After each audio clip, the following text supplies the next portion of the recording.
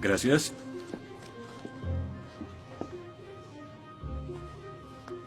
Disculpe, señor... Wheaton. Josh Wheaton. Señor Wheaton, ¿le pasa algo? No puedo hacer esto. No puedo hacer lo que pide, soy cristiano. No, no se preocupe, aún puede regresar a su dormitorio. Arrodillarse y orar al lado de su cama si quiere. Lo que haga con su vida es su problema, pero lo que haga aquí en la clase es el mío. Yo no puedo. Muy bien, señor Wheaton. Déjeme explicarle la alternativa. Si no puede admitir que Dios está muerto para el propósito de esta clase, entonces tendrá que defender la antítesis de que Dios no está muerto y será enfrente de la clase, en el atril. Y si falla, que de hecho lo hará, perderá esta sección que equivale al 30% de la nota final de este curso. ¿Lo acepta? ¿Quién decide si gano o pierdo la discusión? Pues yo lo haré. Es mi clase. Yo dirijo. La evaluación es mi privilegio. Con todo respeto, pero no creo que sea objetivo. ¿Y qué es lo que propone? Bien. ¿Y qué tal ellos? Bien, es interesante, pero ¿por qué darles el poder a ellos? Ya los convenció. Lo que debo hacer es desconvencerlos, para que admitan su error.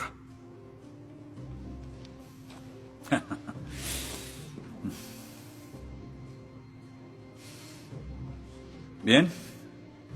Señor Wheaton, tendrá 3 sesiones los últimos 20 minutos de las próximas 3 clases para que exponga su punto. Le prometo que haré las menores interrupciones posibles. Puede pedir lo que quiera en la clase, pero no le daré más tiempo. Los ateos dicen que nadie puede probar la existencia de Dios. Y tienen razón. Pero yo digo que nadie puede refutar que Dios existe.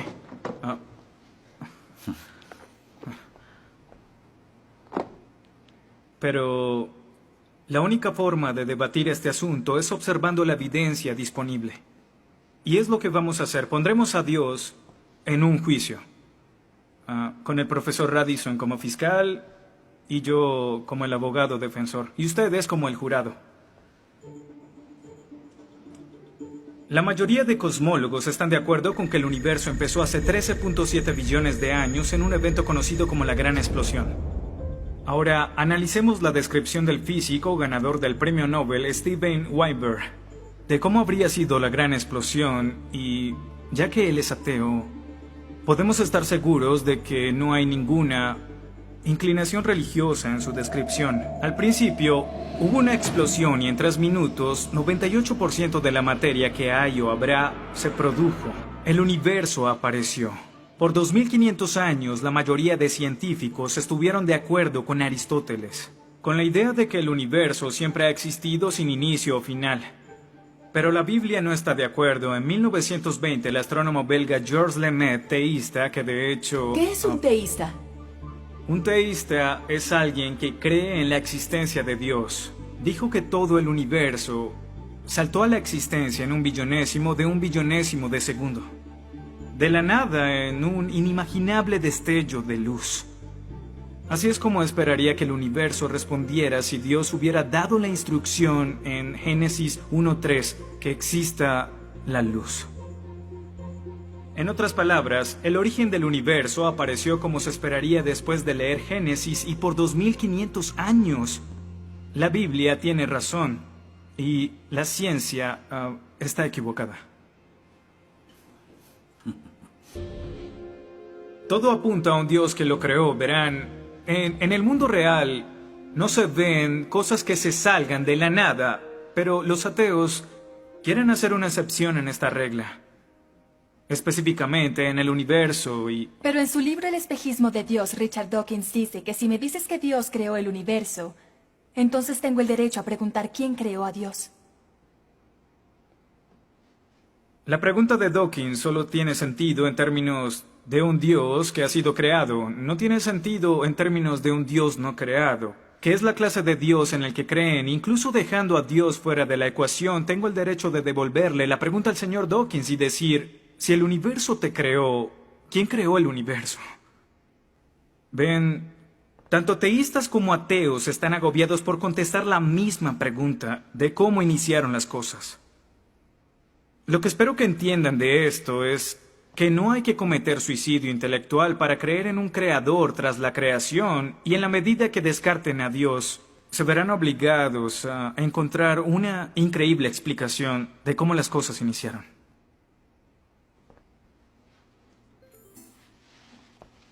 Me imagino que estás satisfecho con tu presentación.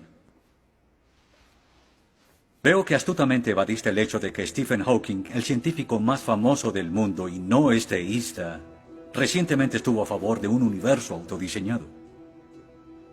No lo evadí, Simplemente no lo sabías. Bien, veamos lo que el profesor Hawking, profesor lucasiano de física de Cambridge, quien ahora ocupa la silla usada por Sir Isaac Newton, tiene que decir sobre el origen del universo. Y cito: ya que hay una ley como la gravedad, el universo puede y se creará de la nada. Creación espontánea es la razón. Hay algo en lugar de nada. Por eso es que el universo existe. Nosotros existimos. No es necesario invocar a Dios para tener al universo en movimiento. Final de la cita. Nunca ibas a mencionar su comentario, pero su opinión se mantiene. ¿Qué respondes?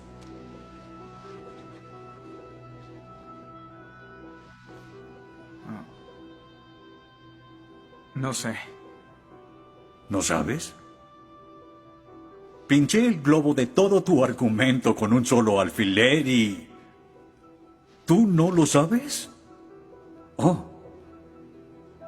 Señor, me gustaría decirle que tengo la respuesta perfecta, pero no quebranta mi fe. Oh, ok. Así que el más grande cerebro científico de toda la historia dice que Dios no es necesario, pero un estudiante de primer semestre dice, oh, sí lo es. Wow, ¿sabes? Va a ser una decisión muy difícil. Pues estaré pendiente la próxima semana. Se acabó la clase. Gracias a una ley como la gravedad, el universo puede y se creará de la nada. Y para ser honesto, no sabía cómo refutarlo. Después de todo, es cierto que Hawking es un genio. Pero el profesor John Lennox, quien enseña matemáticas y filosofía, ha demostrado que no hay ni uno ni dos, sino 3 errores de lógica en esa simple frase y se reduce a un razonamiento circular. Hawking básicamente está diciendo que el universo existe porque necesitaba existir, y como el universo necesitaba existir, se creó a sí mismo. Es como si les dijera que la carne enlatada es la mejor que haya existido porque en toda la historia no hay comida que sea mejor. Quizá me vean extraño y les digo que nunca he probado nada más. Y tienen razón, lo estoy ratificando. Pero cuando Hawking afirma que el universo se creó a sí mismo porque así debía ser, y luego dice que tiene una explicación de cómo y por qué fue creado, no reconocemos que está haciendo lo mismo. Pero así es. Continuando con Lennox, sandeces se quedan en sandeces, aunque sean dichas por un famoso científico. Y el público asuma que son declaraciones de la ciencia. Este es el tope de la arrogancia. ¿Me estás diciendo que tú, un estudiante, afirma que Stephen Hawking está mal? No. Lo que digo es que John Lennox, profesor de matemáticas y filosofía, encontró que las razones del profesor Hawking son incorrectas. Y si no soporta mi desacuerdo con Hawking, le sugiero que vaya a la página 5 de su libro, en donde insiste en que la filosofía está muerta. Y si está tan seguro de la infalibilidad de Hawking y la filosofía realmente está muerta, entonces no hay necesidad de esta clase. El mal. Se dice que el mal es el arma más potente del ateísmo contra la fe cristiana. Después de todo, la existencia del mal nos lleva a una pregunta. ¿Y si Dios es tan bueno y tan poderoso, ¿por qué permite que el mal exista? La respuesta a esto es muy simple. Libre albedrío. Dios permite que el mal exista por el libre albedrío. Desde el punto de vista cristiano, Dios tolera el mal en este mundo por un tiempo para que un día todos los que eligieron amarlo estén con Él en el cielo, apartados del mal, pero con el libre albedrío intacto. En otras palabras, la intención de Dios con el mal es destruirlo un día. Oh, qué conveniente.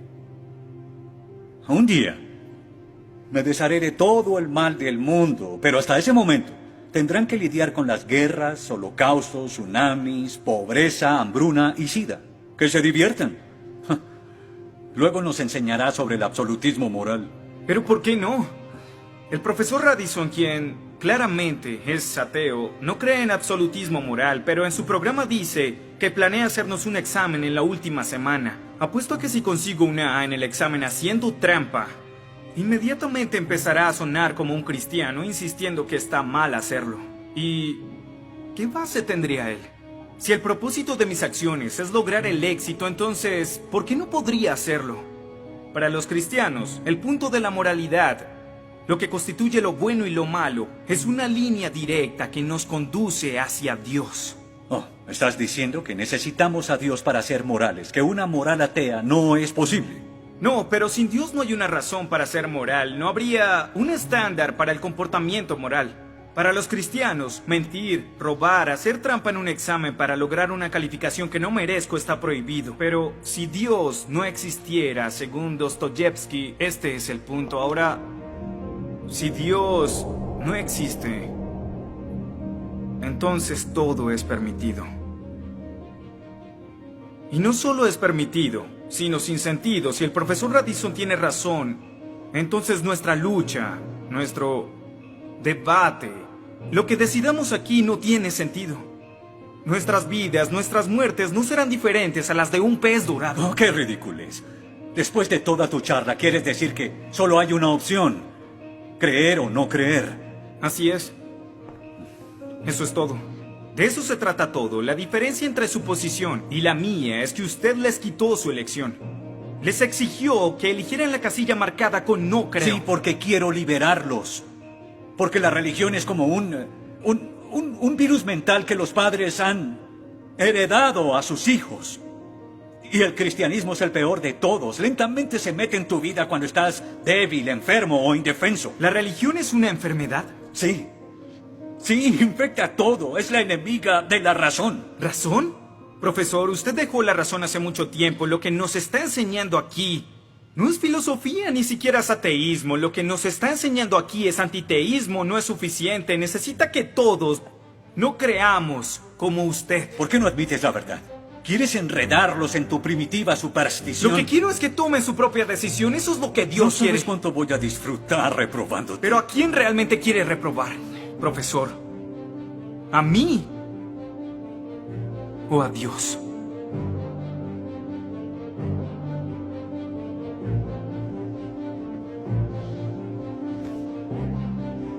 ¿Odia a Dios? Ni siquiera es una pregunta. Ok. ¿Por qué odia a Dios? Esto es ridículo. ¿Por qué odia a Dios? Responda la pregunta. ¿Ha visto la ciencia y los argumentos? La ciencia avala su existencia, conoce la verdad. ¿Por qué lo odia? ¿Por qué? Esta es una pregunta simple, profesor. ¿Por qué odia a Dios? Porque Él me quitó todo lo que era importante para mí. Sí, yo odio a Dios. Todo lo que siento por Él es odio.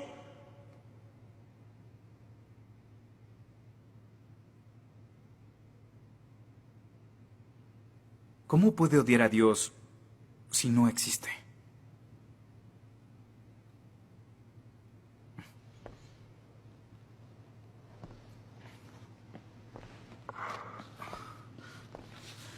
No probaste nada.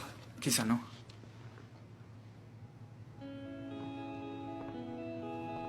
Ellos deben elegir.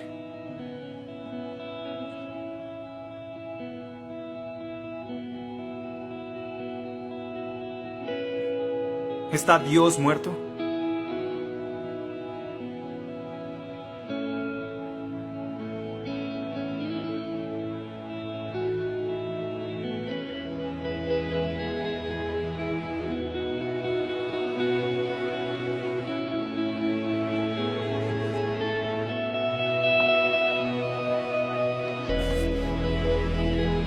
Dios no está muerto.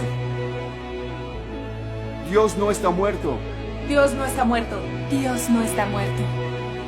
Dios no está muerto. Dios no está Dios no muerto. está muerto. Dios no está muerto. Dios no está muerto. Dios no está muerto. muerto.